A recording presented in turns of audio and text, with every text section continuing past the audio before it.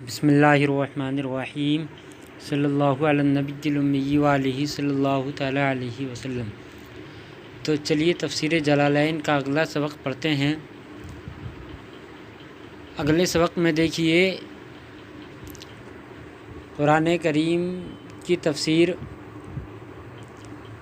والذین یؤمنون بما انزل الیک،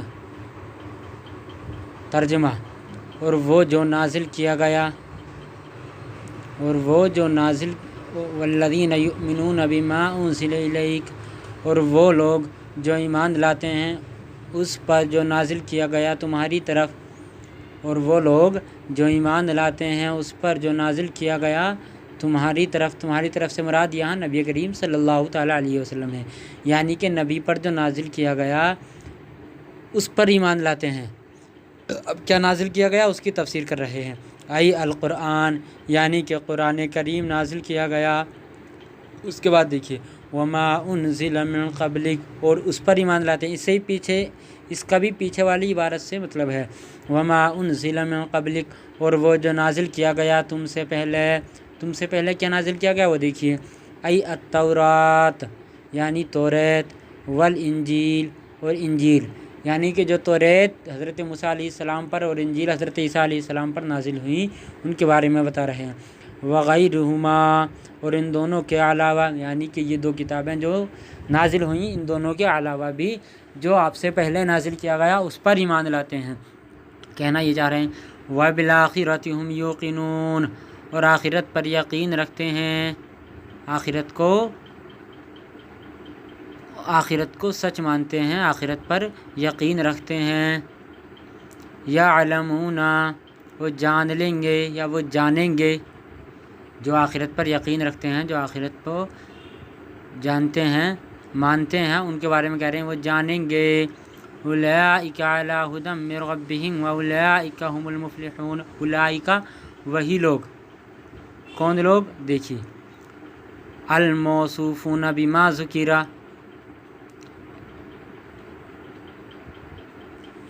یعنی کہ جو ذکر کی گئی صفتیں ہیں، وہ لوگ جو جن کی صفتیں ذکر کی گئی ہیں، یا وہ لوگ جو متصف، یا وہ لوگ جو مذکورہ صفات سے متصف ہیں، اس طرح کہہ لیجئے۔ علی ھدی من ربہم واولئک ھم المفلحون، اپنے رب کی طرف سے ہدایت پر ہیں۔ اولئک وہی لوگ، من ربہم اپنے رب کی طرف سے، اولئک اور وہی لوگ، ہم المفلحون فلاح پانے والے ہیں، ہدایت پر ہیں اپنے رب کی طرف سے۔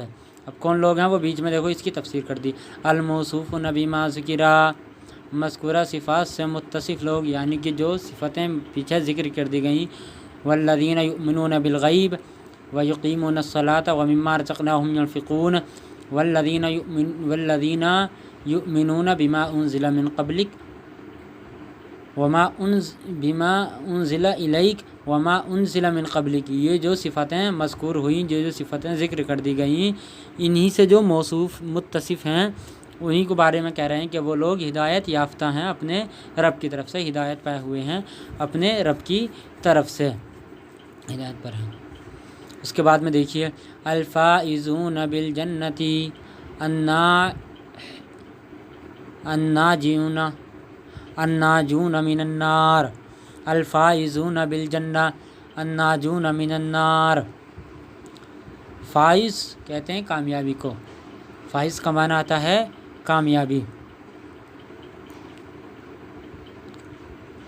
الفائزون کامیاب ہونے والے ہیں، یعنی کہ مراد کو پہنچنے والے ہیں۔ الفائزون وہی مراد کو پہنچنے والے ہیں۔ مطلب کیا ہے اس کا مطلب سنو۔ الفائزون بالجنہ یعنی حصول جنت میں کامیاب، فائزون بالجنہ جنت کو حاصل کرنے میں کامیاب، الناحون من النار اور جہنم سے نجات پانے میں کامیاب، اور جہنم سے نجات پائے ہوئے یعنی کہ جہنم سے بچے ہوئے۔ جو لوگ ان صفتوں سے متصف ہیں وہی لوگ جنت میں پانے میں کامیاب، یعنی کہ وہ جنت کو پانے میں کامیاب ہیں اور جہنم سے اپنے آپ کو محفوظ رکھنے میں بچانے میں کامیاب ہیں۔ یہ تفسیر کر دی ان آیت کریمہ کی۔ اس کے بعد میں دیکھیے ان الذین کفروا، اور بے شک وہ، یہاں سے اب کافروں کا ذکر ہو رہا ہے۔ یہاں تک جو ذکر ہوا وہ مومنین کے بارے میں ہوا کہ مومنین کو کیا ہے کیا نہیں، اس کے بعد میں یہاں سے اب کافروں کا ذکر ہو رہا ہے۔ تو کافروں کے بارے میں دیکھیے، ان الذین کفروا، بے شک وہ جنہوں نے کفر کیا، بے شک وہ جن کی قسمت میں کفر ہے، یعنی کہ جنہوں نے کفر کیا، جن کی قسمت میں کفر ہے، کابی جہل و ابی لہب و نحوہما، جیسا کہ ابو جہل اور ابو لہب اور ان جیسے کفار، ان دونوں جیسے کفار۔ تو یہ ذکر ہو گیا کفاروں کے بارے میں کہ انہوں نے کفر کیا، اور ان جیسے جنہوں نے کفر کیا، ان جیسے کفار، ان کے بارے میں دیکھیے اب۔ سواء علیہم، سواء علیہم اانذرتہم، سواء علیہم اانذرتہم، ان کے لیے یکساں ہے، سوا مانے برابر، علیہم ان کے لیے یا ان پر برابر ہے، ان کے لیے یکساں ہے، کیا یکساں ہے؟ اانذرتہم، چاہے تم ان کو ڈراؤ، چاہے تم انہیں ڈراؤ، اانذرتہم، چاہے تم انہیں ڈراؤ، خواہ تم انہیں ڈراؤ۔ اانذرتہم میں چند قراتیں ہیں، اب یہاں انذرتہم کے بارے میں بیان کر رہے ہیں، دیکھیے پھر انذرتہم کی قرات کے بارے میں بیان کر رہے ہیں۔ انذرتہم میں چند قراتیں ہیں، کیا چند قراتیں کیا ہیں؟ دیکھیے، انذرتہم بتحقیق الحمزتین، دونوں کا حمزے کے ساتھ ہونا، یعنی کیا؟ دونوں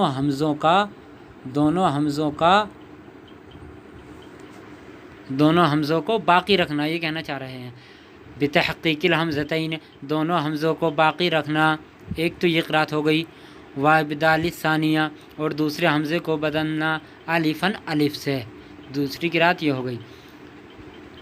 وابدال ثانیۃ الفن، اور دوسرے حمزے کے درمیان الف داخل کرنا، یعنی دوسرے حمزے کو بدلنا، دوسرے حمزے کو الف سے بدلنا، دو قراتیں ہو گئیں۔ اس کے بعد تیسری قرات دیکھیے، وتسہیلھا، وتسہیلھا، اور دوسرے حمزے کی تسہیل ہو، وتسہیلھا، اس کی تسہیل ہو۔ دوسرے حمزے کے بارے میں ذکر ہو رہا ہے، تو یہاں پر جو تسہیلھا میں جو تسہیلھا میں جو ہا ہے، تو یہ ہا جو ہے دوسرے حمزے کی طرف لوٹ رہا ہے۔ وتسہیلھا، اور دوسرے حمزے کی تسہیل ہو، دوسرے حمزے کی تسہیل ہو۔ وادخال الف بین السہلۃ والاخری وترکہ، دوسرے حمزے کی تسہیل ہو اور ساتھ ہی ساتھ تسہیل شدہ حمزہ، وادخال بین السہلۃ، تسہیل شدہ حمزے کے درمیان کہہ رہے ہیں، دیکھو تسہیل شدہ حمزہ اور دوسرے حمزے کے درمیان الف نہ داخل کیا جائے، ایک تو یہ ہے کہ الف داخل کیا جائے، اور ایک یہ ہے دوسرا الف نہ داخل کیا جائے۔ اور تسہیل شدہ حمزہ اور دوسرے حمزے کے درمیان الف نہ داخل کیا جائے، وہی کہہ رہے ہیں۔ وتسہیلھا وادخال بین السہلۃ والاخری وترکھا، اور وترکھا یہ الگ ہے، اور اس کا برعکس یعنی کہ اس کا الٹا، ایک تو یہ کہ اس کا الف داخل کیا جائے، اور ایک یہ کہ الف داخل نہ کیا جائے، اس کا الٹا۔